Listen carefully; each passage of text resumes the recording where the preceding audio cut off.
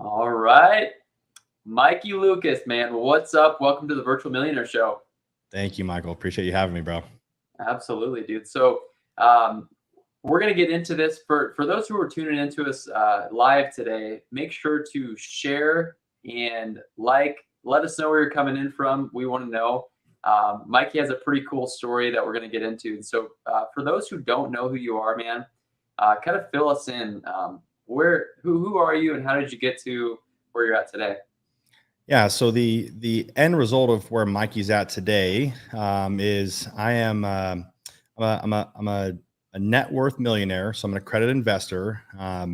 I born and raised in Vegas. So my result today is I'm a millionaire. I've got 5 figures of passive income. All of that came from knocking on doors, selling solar panels door to door. I've consulted now just under 300 companies: roofing, solar, pest control, alarms, and a couple window companies, thousands of sales reps. I've taught and trained. I'm born and raised in Las Vegas. I'm 30 now. I just got married. I've got a book, Purposeful Prophet, Mastering the Millennial Mindset for Success. I help male millennials wanting to understand life and money. So that's who I am, man. That's awesome, dude. And we met through a mastermind that we're mutually a part of. And when I met you and found out how old you were, I'm like kind of blown away because of just the amount of things that you've done in this short 30 years. Because you're my age, right? You're 20 Yep. to 39 to 30. I'm 30. Yeah, I just turned 30. Okay. So a lot of things that you said in there, and we're going to unpack those, right? So you've written a book recently, which is really cool. For anyone listening, should definitely go check out that book. We'll talk more about that at the end as well. But something that you got into that you kind of preach about is mastering the money game, right? Yeah. And a lot of people may not have that support system. So can you kind of talk about how you got into where you were maybe 10, 15 years ago and what that took to kind of get to the point of understanding this money game? Sure. So my parents, humble upbringing. My dad went bankrupt with a deli out in San Diego, where they're from. He was trying to get out of tuna fishing. My whole family owned tuna boats, so I come from an entrepreneurial family. But my dad and mom both went away from that. My mom's dad and all their brothers were all owned small businesses in New York. My dad and my dad's mom and her brothers, all my great uncles, all owned tuna boats. So I come from an entrepreneurial family, but my mom and dad both went against that and wanted me to become a teacher, having a steady Eddie job, which again, I technically am a teacher. My brother's a teacher right now. I just teach in different ways. So as far as the money goes, I have this innate thing inside of me, this character trait that sees trends. I would say fairly easy. To most, they don't see that, but that's one of my strengths, that I can see trends. And one of those was in finances. And I knew that one of the reasons why in my early teens and early 20s, late teens and early 20s, was why I got so good at money, why I wanted to understand money, was my parents didn't break up. They got divorced. They didn't break up because of money. But I saw that was happening rampantly after 2007, 2008. And I was like, well, like growing up, I thought, well, my parents are gonna be married forever. They did end up getting divorced, but I was like, wow, like if I could, best case scenario, design a marriage, what would that look like? And that was one where we didn't fight about money.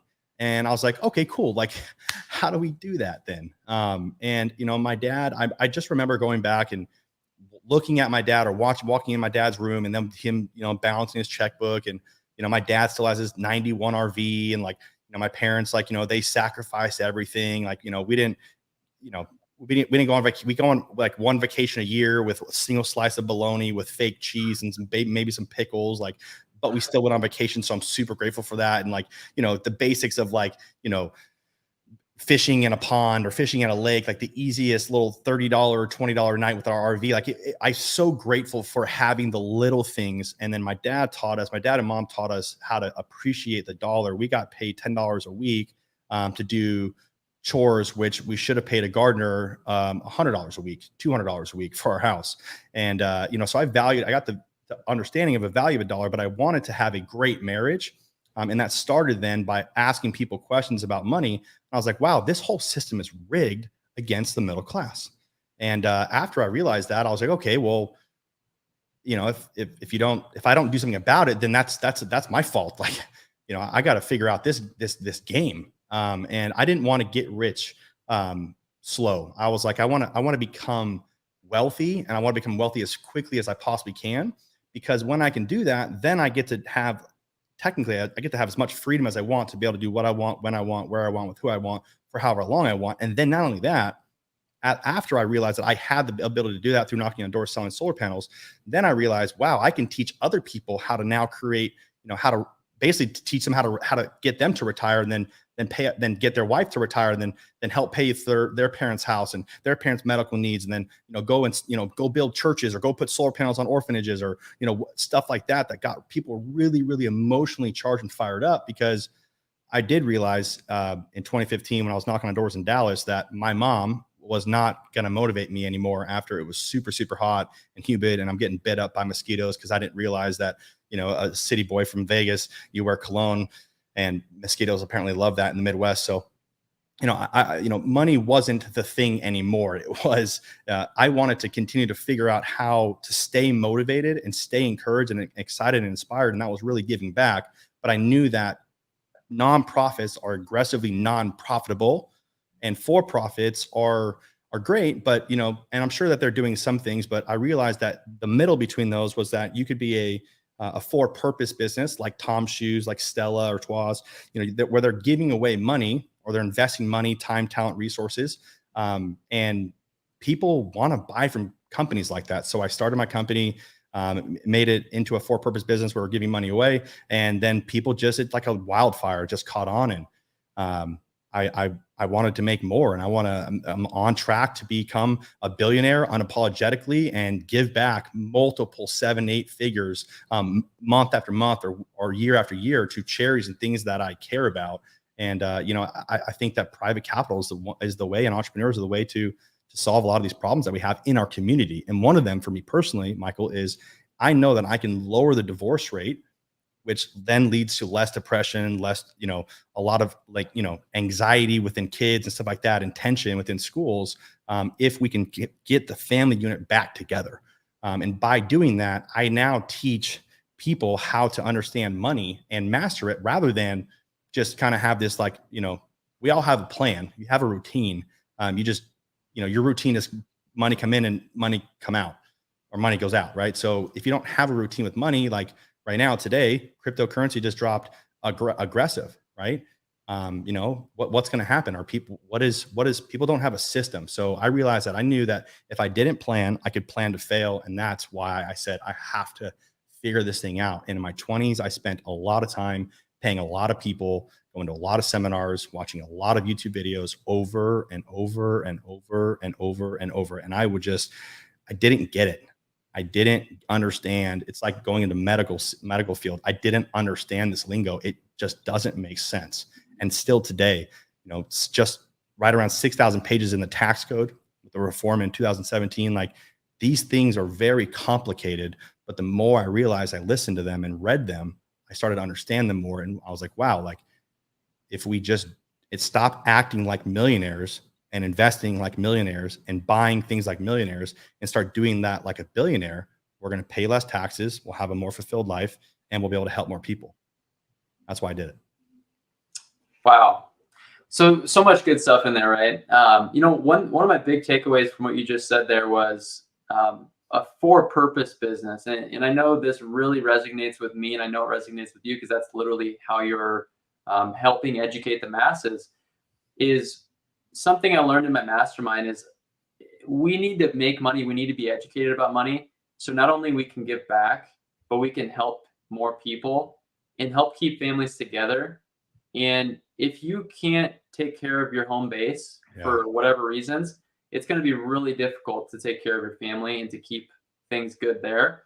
So I love that about you, man. And one other thing that I think people need to understand is it didn't just happen overnight, right? You said 10 years of seminars, you said 10 years of attending these events. So I got to ask, like, you're the door-to-door guy, right? You teach people, you interview experts in this space all the time. How important was that door-to-door experience in regards to sales and mastering your craft and to make more money so you can make it matter?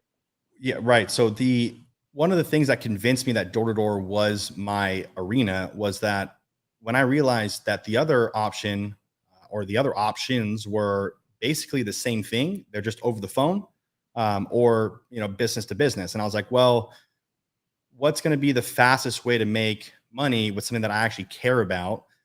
Which to me was at the time was helping people buy something that they are already buying with getting them on a lower cost program, like, basically selling insurance just for cheaper. Like, why you at Allstate when you can go to Geico or whatever, right? Or why you at Geico you can go to Allstate, or vice versa. I was like, I'm wanted to sell something that, one, I could get behind, and two, that it would be cheaper for them. That's why I didn't do very well in alarm systems. I sold like 60 something in my first year. I was absolutely terrible.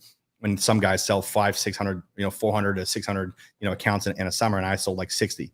But I realized what convinced me that door to door was the way was, one, how many massively successful people started in door to door. Ed Milet being one of them, Mark Cuban being one of them, Les Brown. These guys that are massively successful that did door to door sales, and it might not have been for a long time, but I needed. I'm a 3-time college dropout, like proud of that. But I needed education, and I was just so happened to be being educated on the doors. I heard that if you do a summer in door-to-door sales, that's like getting a two-year degree in communications. And I was a very bad communicator. Like, if I didn't get my way 10 years ago, I would like yell and want to fight you. Not really fight, but I would like yell and like, I'd blow up, or I'd walk away, because that was what I was trained to do. But I knew that door to door was going to teach me not just only how to communicate or how to negotiate, or then now how to lead, and then how to navigate through certain situations. But then it gave me the ability to literally be told no 99 times and be a millionaire just for the one. Yes. Yep. And that's so powerful, man, and so important for people to understand. A lot of people watching may be business owners, maybe they're real estate investors looking to get their first deal. Maybe it's their next deal. Yeah. One of the biggest things I think that separates somebody who's just good from a professional is salesmanship. And salesmanship gets a bad reputation, unfortunately, but it's the life and the blood of business. It's the life and the blood of helping more people. And we're solving problems and adding value to these people. And so what would you say would be like one thing, because door-to-door selling is not easy, by the way. I have so much respect for people who come knock on my door. It's like, man, it's somebody else trying to earn my business. And like, I remember when I first got started in real estate, I went knocking on doors, and like that was so far outside of my comfort zone. Yeah. And I remember the first door that I knocked, the guy said, yeah, I have some property to sell.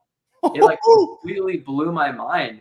But like for people, and I'm not saying you got to go knock doors to be successful in certain businesses you do, but what would you tell somebody who's like, they want to sharpen that skill set?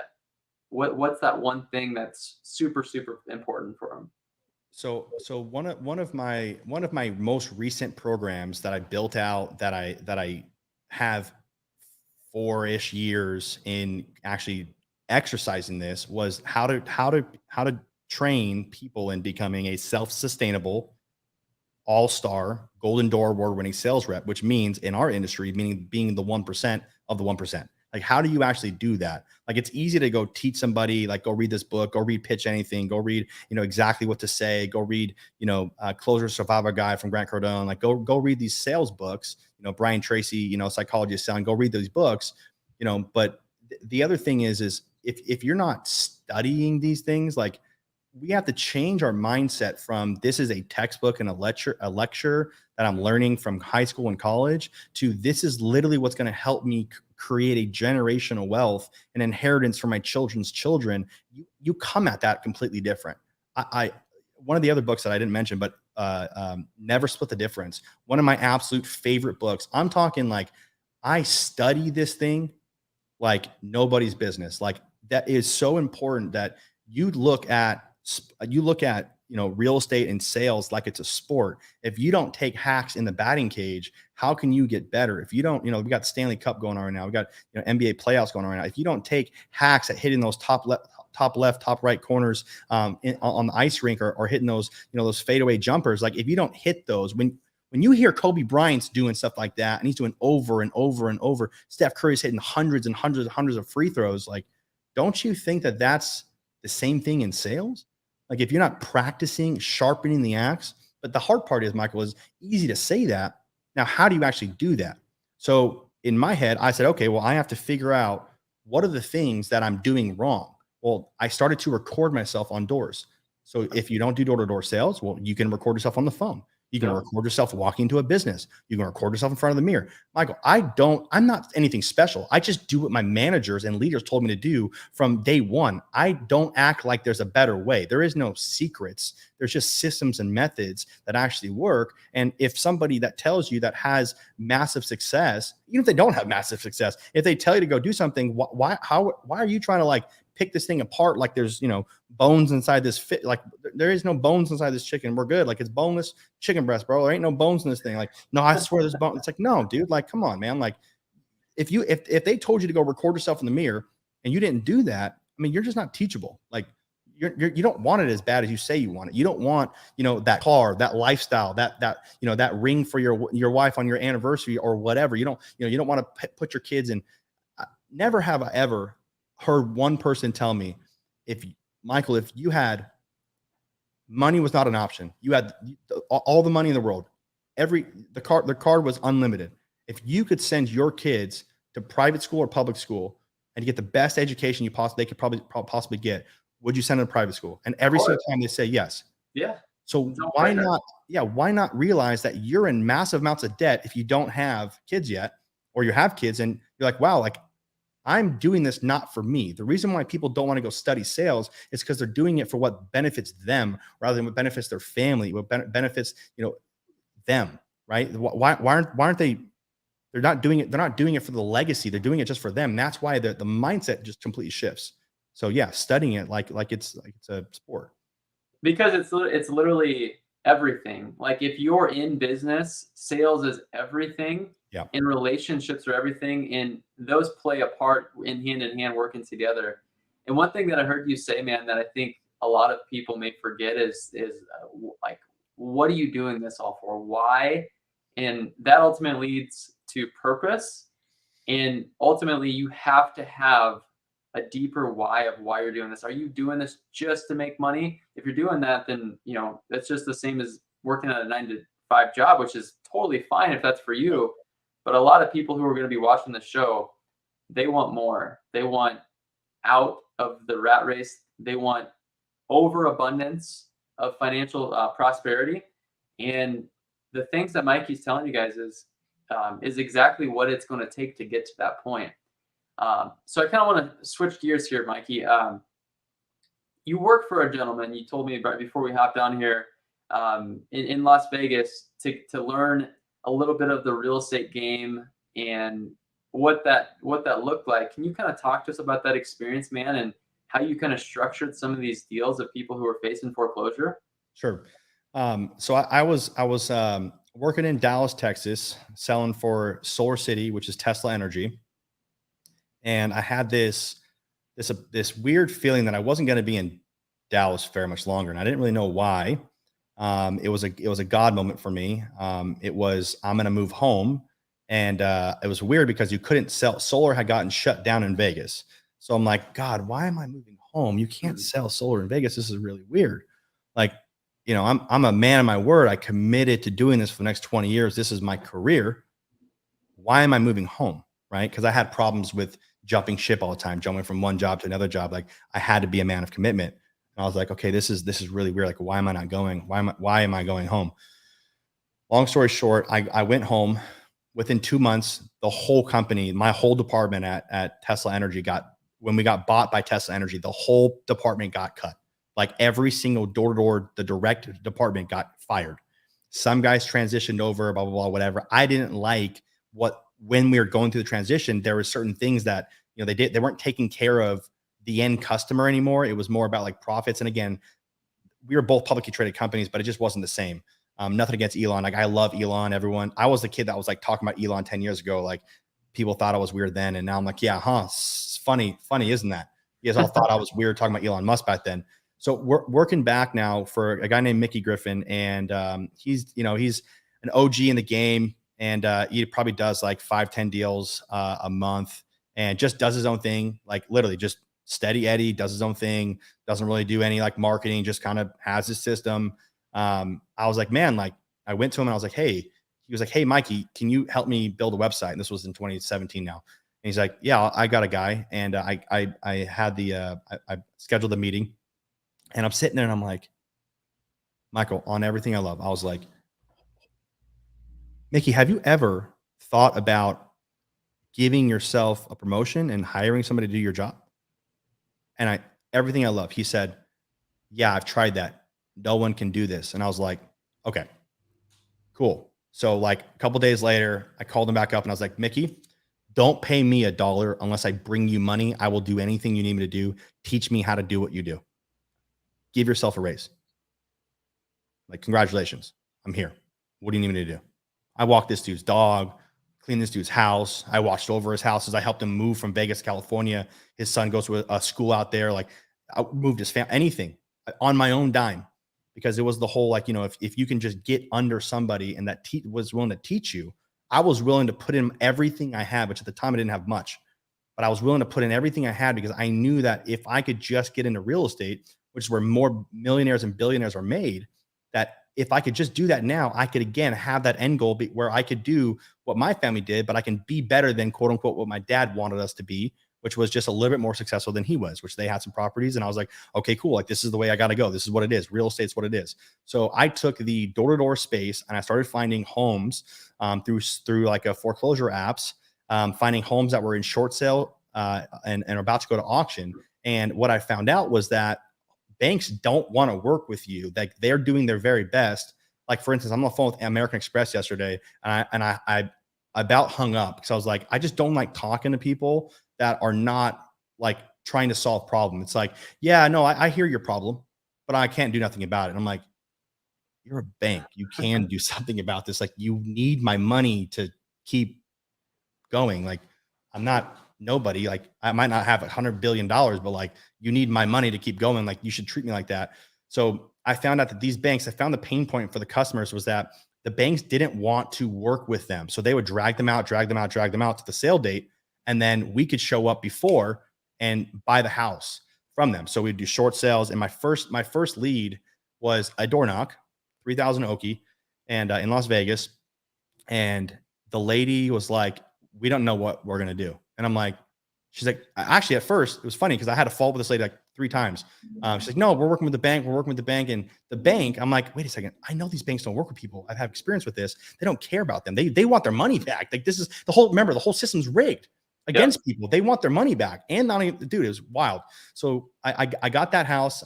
We, on the 11th hour, we brought the lady down, stopped the sale. Not only that, then we helped her get into into an apartment. We did a buyback for a couple months, got into another apartment, literally helped her fix her credit, and then helped her son actually get another loan to buy another house like 3 or 4 years later. It was pretty badass. Did that again. Value, dude. Like the amount of value you're providing, and we're helping them right before they lose everything. Their credit, dude. Yeah, the credit was tanked. But you got to realize that the credit game is rigged as well. Like there's ways that billionaires and millionaires, like it's funny when I realized that like in solar, people that had a lot of money most of the times had terrible credit. So they're living off their wife or their mom or whatever, right? So they say like hood rich, right? But like millionaires are doing that. Billionaires are doing that. So so I got that, and then I started doing some Facebook stuff, and I'm just like, Mickey taught me to have multiple streams of leads. I was like, okay, cool. Like I'm gonna do some Facebook posting. I just posted a house for sale, and some lady was like, hey, I want to move in this house. I was like, awesome. Like, like sweet, cool. Like I'm not a real estate agent, but like, I can get you in contact with our team. Like how can I help you? She's like, well, my husband and I are splitting up. And I was like, okay, like how do you need to sell your house too? She's like, well, yeah, but we need to sell it like now. And I was like, boom, I'll be at your house tonight. So closed that deal. The house was a mess, and like literally gave these people, a good deal and got them situated out. Otherwise it was going to go to big legal battle. So I felt good about this service again with real estate. I was like, I'm just here serving people. Some people do, some people don't. So what? Like, if you want to think like you can play with the with the sleeping giant, which is the freaking the banks, then by all means go ahead. I what I realized was that I was getting paid, obviously very, very low to exclusively wholesale to this guy. But what I most appreciated was his willingness to allow me to basically fail under his umbrella. And I didn't care. I've never, ever, ever cared about how much people are making on me, which is something that makes me different than everybody else. Everyone's like, oh, I'm going to cut you out. I'm like, no, dude, like I need help. Like, I know I need help and I'm willing to do whatever it costs. Like I'll walk your dude. I'm telling you, I walked this dude's dog on my own dime, drove to California to help this dude move. Like, okay, cool. He bought me dinner quite a few times, but like still, like on my own dime, I went out there, right? Slept on this dude's couch when I got a nice bed at home. Like I wanted to do whatever I could and pay whatever it cost so that I could actually get this. I call it the fast pass, the Disneyland fast pass, the hey, you don't belong here, and you're walking by and you're watching all these faces and you're just walking to the front of the line, you get put on the front of the ride right away. It's like, I know I needed that.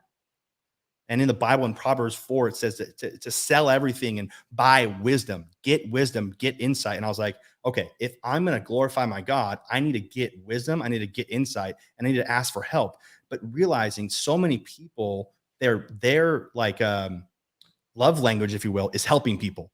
Right. I realized I was taking blessings away from people because I was too prideful and egotistical that I was like, these people don't want to help me. I don't need help. It's like, no, dude, like I'm literally here because I'm a product of selling everything, moving away, packing up, living in a suitcase, and I'm willing to do whatever it takes. I have a can-do attitude, whatever it takes mindset. I'll pay whatever. I'll wash dishes, dude. I'll walk your dog. I'll pick up dog poop. I'll scrub your toilet. I don't really care. If I can learn anything from you, there's always a seed of equivalent benefit in the future. And I will do whatever it takes to pay for somebody to help me cut the line in a moral way.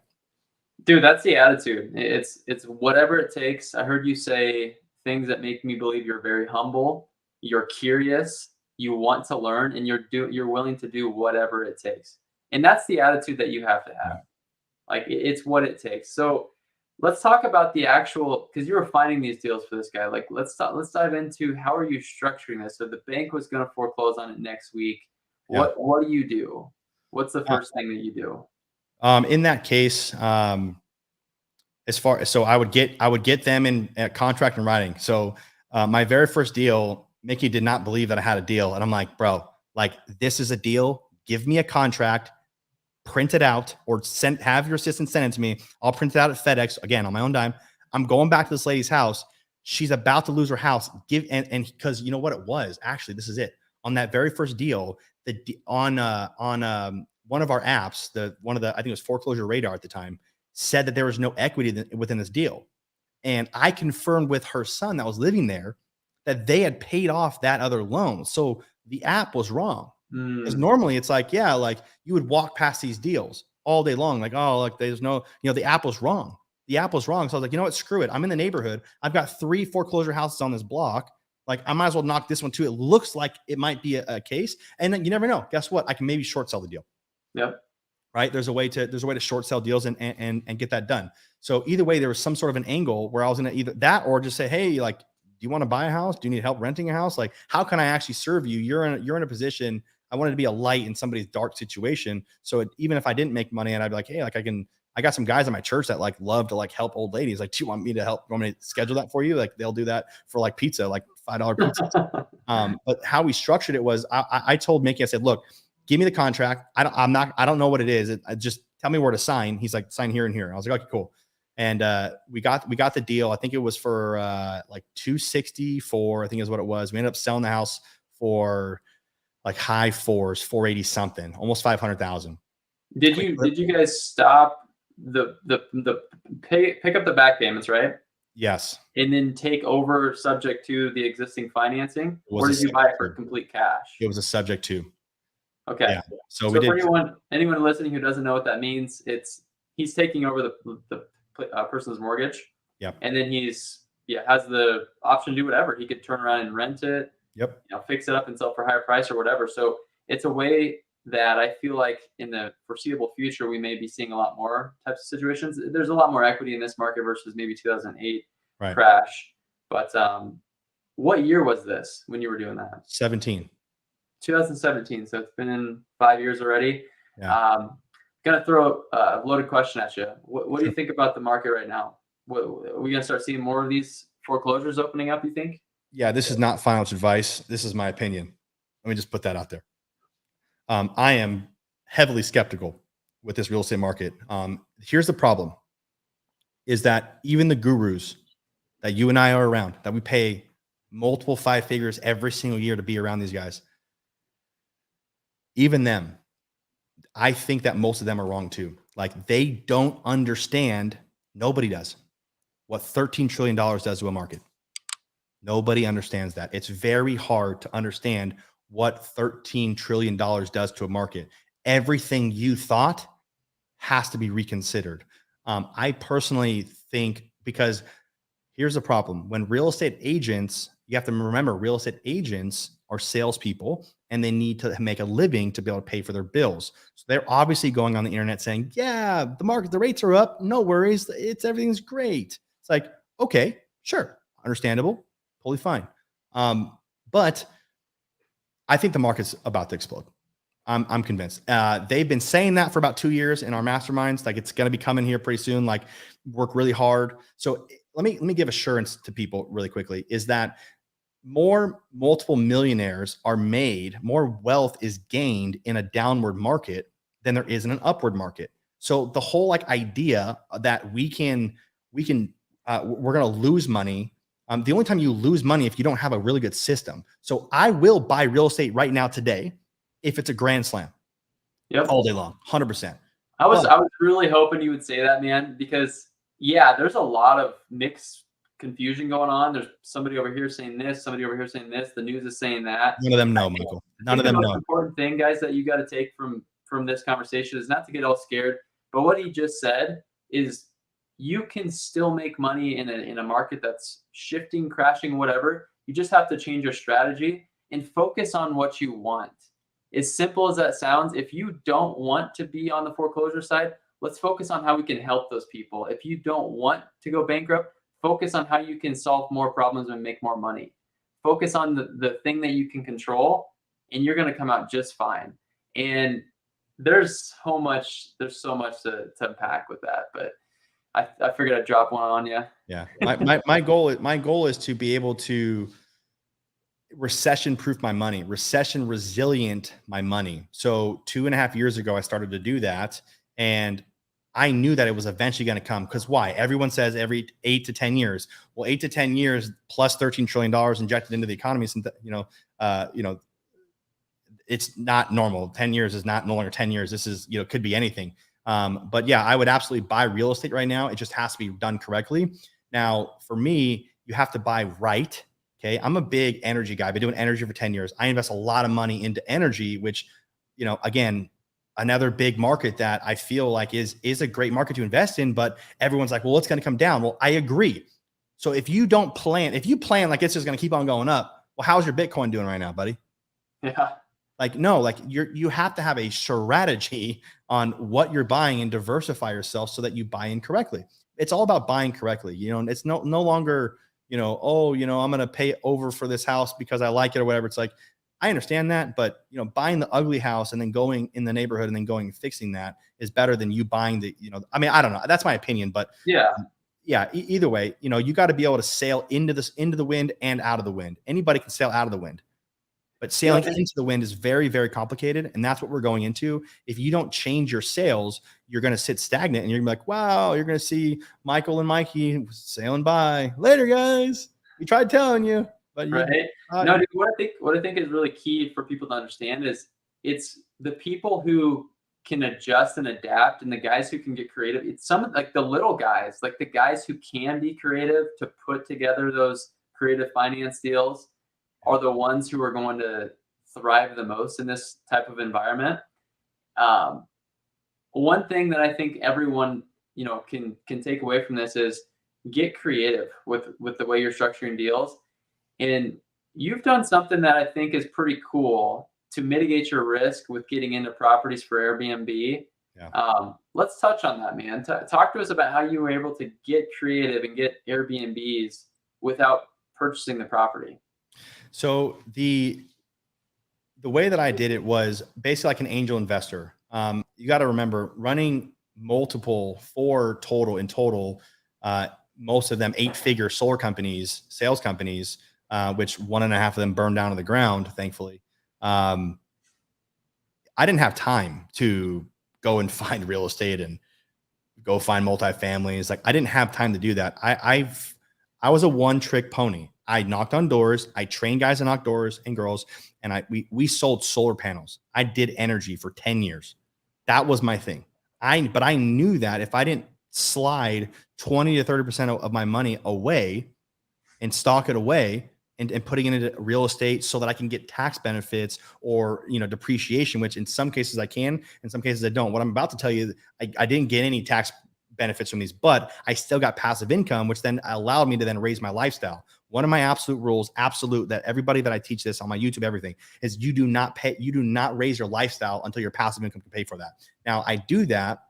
I went and got a GTR. I went and got a Model X. I went and live in a high rise now on 31st floor. Like, I live these luxurious lifestyle, but I'm not paying for it.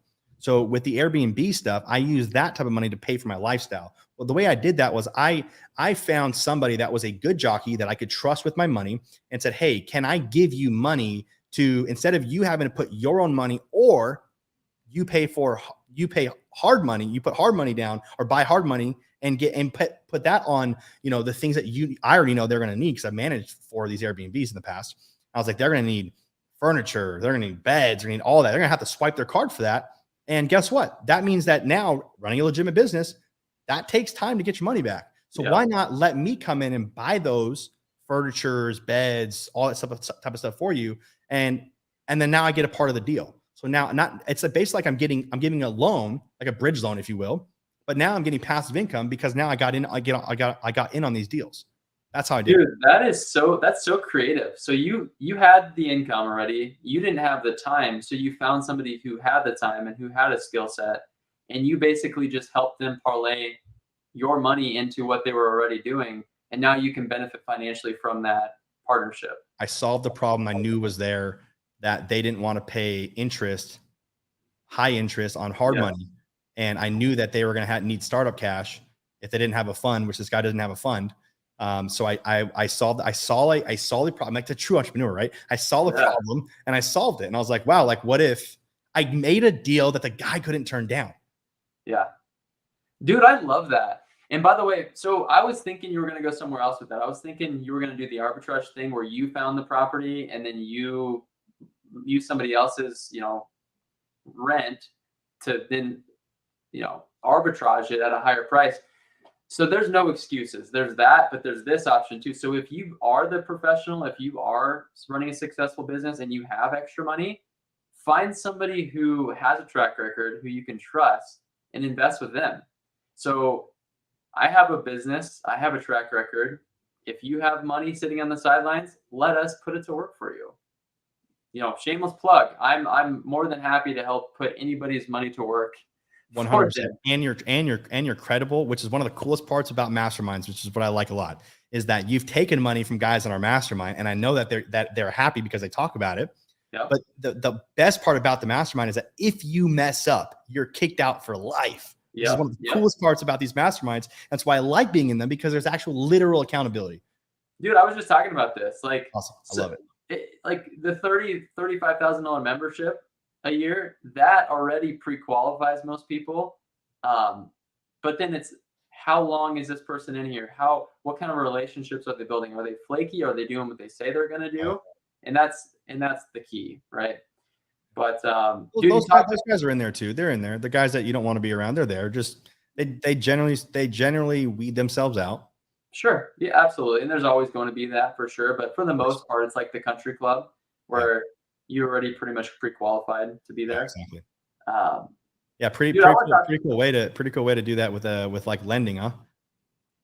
Dude, it's brilliant. Like, I've never actually heard of somebody structured that specifically, but it's It's Well, a way to get in. you got to think about it. I don't want to have to run it.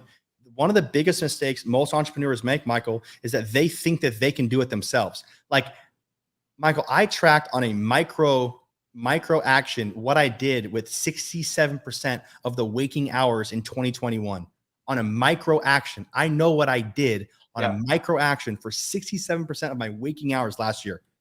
Yeah. You only have 168 hours. Like, if you don't find somebody to give your money to while you're focusing on making more money in your avenue, like I've diversified. I mean, I don't have all my money in my energy fund. I've got real estate fund, crypto. I put money everywhere.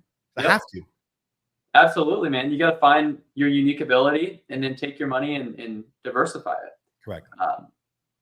Wow. So good, man. One thing that I'd like to get into that I'm really intrigued about is this energy fund, because you can start a fund for a lot of things, right? We know people who've started crypto funds. We know people who start real estate funds. Yep. But you started an energy fund. And if I read this correctly, it's a $50 million energy fund. Is that correct? Is that right? Did I read that right?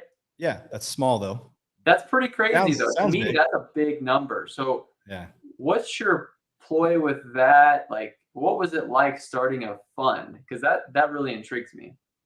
Well, again, back to my entrepreneurial capitalistic mindset, I knew that there was a problem. And this is going to sound kind of weird, but I really think that the American Energy Fund is going to solve the potential of World War III. I fought oil and gas and most alternative energies, like even nuclear, for 9.5 years. Like, you gotta remember, like I basically have a tattoo of Elon Musk on my back. Like, I love the dude. I don't, but like, I love the guy, right? And he's an awesome person, and I really like him. But if anybody that knew Elon Musk would realize that Elon agrees that nuclear is great, and actually the transition out of the fossil fuel era is going to happen. It's just going to take a long time to get there. And the best way to do it now is to do hybrid cars. I'm fully convinced that natural gas cars is going to be the future. It's going to happen, as well as electric cars. Now, obviously, people talk crap on, oh, well, it's on coal, it's on natural gas, it's burning more, it's whatever. Okay, cool. I understand that. Like, honest to God, I'm afraid. When I see so many electric cars, like, I study the power grid. You understand that? Like, for 10 years, that's what I did. When I see so many electric cars driving around, I get actually afraid, bro. Like, I'm like, they're shutting down power plants due to pollution, and we're putting more electric cars on the grid. The kids are not taking, less time on their tablets and TVs and mining crypto. Like, dude, like, we're using more power. Like, we're going to have to do something. So I really feel like bridging the gap between private capital and the energy sector is what I could solve. And then, again, make hundreds of millions of dollars doing it and give our investors back lots and lots. I mean, like, it's kind of ridiculous. It's kind of like when I was selling solar door to door, like, you're like, what's the catch here? I'm like, did you ask the Saudi prince that too? Like, why he's a gajillionaire? Like, because he owns the wells. That's what we do. And not only that, the government, your silent partner in your personal business right now, is taking 20, 30, 40, 50% of your income. And did you realize that they'll give you that money back? Because what America, the government, wants is for you to create jobs, food and water, housing, and guess what? Energy. So I'm solving the problem by creating more energy and making not America more energy independent, which we need that. But I really think it's a bigger level. I don't want to see a world war because of American interests. Like, I'm a patriot. I love America, but like, I don't want to see a world war because of our reliance on overseas oil from the Strait of Hormuz and places like that. Iran shot down one of our unmanned, thank God, drones a couple years ago. And I was like, we're going into a world war, bro. So I knew that I could solve that. And at the same time, it's fun. It's a lot like real estate. I just find foreclosure and short sale. Like, we are in a buyer's market for oil and gas. We're in like a 2010 market for oil and gas. Oil and gas was negative barrel like a couple years ago, and all these smaller operations, there's just no money there. So the markets between like $200 and $2 million oil wells and gas wells and alternative energy, like solar farms, like that, we that's what we invest in. It's very hard to get money for that. So we solved that, and we filled the gap. And I'm totally cool with making hundreds of millions of dollars on the crumbs of ExxonMobil. So you're really like So you've mastered the energy game, right? You've got that figured out. You've got a lot of experience with it. So rather than just playing small with your own capital, maybe like piecing a little bit here and there, it's like, I'm just going to go big. I'm going to deploy other people's money, capital, and they're going to trust what I'm going to do, and I'm going to go do it because I have a track record of doing what I say I'm going to do. But then they're going to get an amazing return for trusting me and believing in my vision for what we're about to do. So Right. to me, it's like, it's absolutely brilliant. And you can do this with a lot of different business models, but I just think it's amazing, dude, that you took action on that and Yep. you went and just started this fund. Yep. Like, You could do it in, you can do it in real estate, right? Like why not? Why not? But that's a problem. The hard part is that if you don't have somebody that can teach you like yourself, that somebody can come to you, Michael, and you can teach them how to do it. There's you don't have enough time.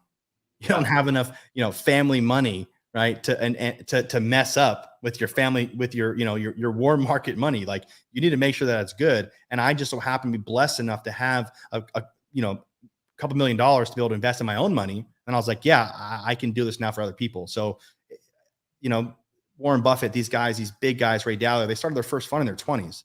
Like, why not me? I just asked my first sale. I forgot to tell you this when you asked about sales.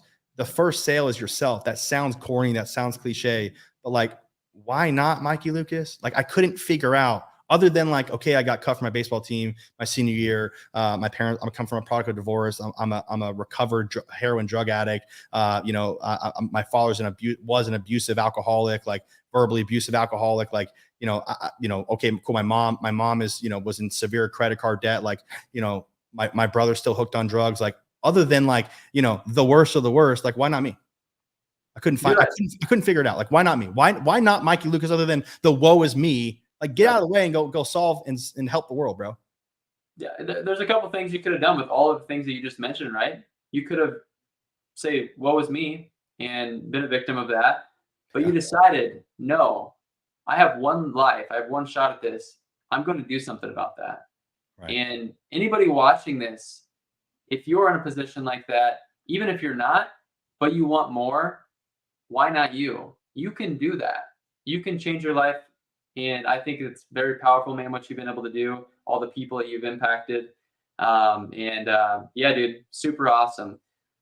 Let's talk about your book. You just released this new book, Purposeful Prophet. I see it in the background there.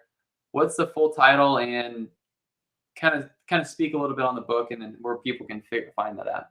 Sure. So it's called Purposeful Prophet, Mastering the Millennial Mindset for Success. You can find it on Amazon. Just Purposeful Prophet. It's there. Mikey Lucas, MikeyLucas.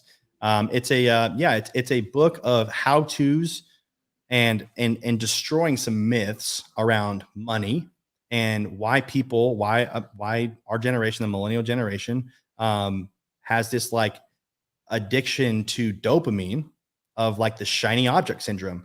I talk about how the American dream of what our great grandparents and grandparents, like the stories of that, get a job, white picket fence, dog named Spot, 2.5 kids, retire with your pension or whatever. Like that lifestyle is over. It's done. Yeah. But if you don't have the insights to that this game of money is rigged, you're going to get taken. Like a lot of people, unfortunately, that have 401ks are losing their butts right now. And it's a problem. So I wanted to give my insights and my story around what this is, but then practically give you the steps on what to do. So I basically just tear up like the myth understandings that everybody has about money, and why one of the secrets to life is giving back. That's why I call it the Purposeful Prophet. Like I had such a hard time, Michael, wanting to just kind of be even keel. Like if I made over 100 grand, then people like, oh, you got a Mercedes Benz or BMW, like, oh, Cadillac, you think you're Mr. Big Shot, huh? Like my family would do that to me. Like, oh, you're a big shot now, huh? Yeah. Right? Like now I unapologetically show up to my brother's house with hundreds of thousands of dollars worth of cars and let them, I'm like, here's the keys, go for a ride. Like, I don't care. Like, it's just things. Like, I don't have, I have things don't have me. Like, it's just a car. Like, who cares? Like, so it's just, you don't have your identity is not in the things. Your identity, right. Your purpose is a lot bigger than just the money piece. Even though this book teaches, and I believe when I first figured this out. It was like 5 years ago, man. I picked up this first book, and it was, I believe it was Rich Dad Poor Dad. It changed my life forever, and I think a lot of people who are in real estate probably would say the same. But you're getting all of this information from somebody else's experiences, and then you can do with whatever you want with it. You can take it and use it, or you can do, just drop it and say, pretend you never read it. So anybody who's watching this, guys, Purposeful Profits, Mikey has a $50 million energy fund. He's done a bunch of different deals, energy, real estate, you name it. So it's honestly like, why not get this book? Why not take information and use it from somebody who's done it? I appreciate that. Yeah, it'll change your life. That was the goal behind it. Just like you said about Rich Dad Poor Dad, like I was like, man, this has to be something different. And whenever somebody says, if you're listening right now and you just heard Michael say, Rich Dad Poor Dad changed my life. If you ever hear somebody say that, drop what you're doing, go on Amazon, go to Barnes and Nobles, buy the book right now. Yeah. Purposeful Profit will change your life. I love it, man. I love it. Cool, guys. Well, if you got some value from this, please make sure to share this. Tell a friend, like it, subscribe on YouTube. We don't charge for this. And so obviously our goal is to reach more people and to help inspire more people to go after their dreams as well. And so, man, where can people find you on the socials or learn more about you? Yeah. So YouTube, Mikey Lucas, and Instagram, Mikey Lucas at Mikey Lucas. You gotta be careful now. There's a lot of fake Mikey Lucas's accounts, and I don't know why Meta and Instagram will not verify me. But like, yeah, Mikey Lucas. There's only one of me, and it's funny because I thought that I was gonna make a personal account so I could have my business and my personal account on Instagram. I wanted to post like more like funny stuff and funny TikTok dances because I actually used to be a dancer. But no, I'm just kidding. I'm not kidding at all. I'm being I thought you were the crypto expert when some Mikey Lewis _ whatever. Yeah, dude. I know. I'm so sorry, dude. Like, I'm like, no, I'm not trying to pitch you on cryptocurrency right now. Like, I don't know what to tell you. Please be careful. But yeah, Mikey Lucas, there's only one of me. Mikey Lucas on all the socials. I love it, man. Well, that's what happens when you make noise. Mine just got suspended as well. But it is what it is. Man, thank you so much. Again, appreciate you coming on and sharing the wealth of knowledge you have. And until next time, guys, we'll see you there. Thanks, Michael. Appreciate you, brother. Absolutely.